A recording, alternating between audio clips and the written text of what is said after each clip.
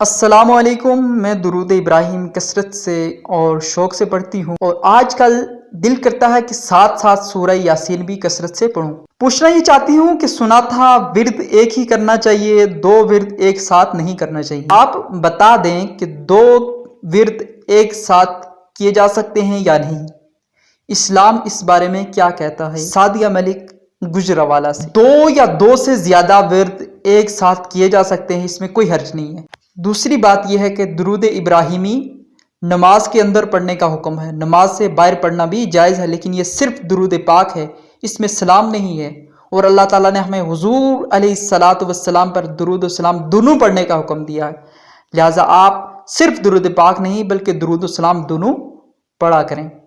اللہ تعالیٰ نے فرمایا، بے شک سورہ احزاب کی آیت مبارکہ ہے، بے شک اللہ اور اس کے سب فرشتے نبی مکرم صلی اللہ علیہ وسلم پر درود بھیجتے رہتے ہیں.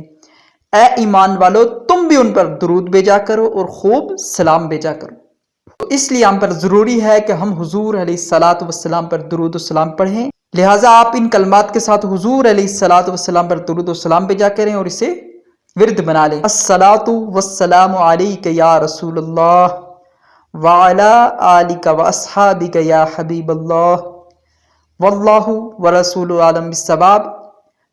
مفتی حافظ محمد اشتیاق الازہری، دارالافتاء منہاج القرآن انٹرنیشنل.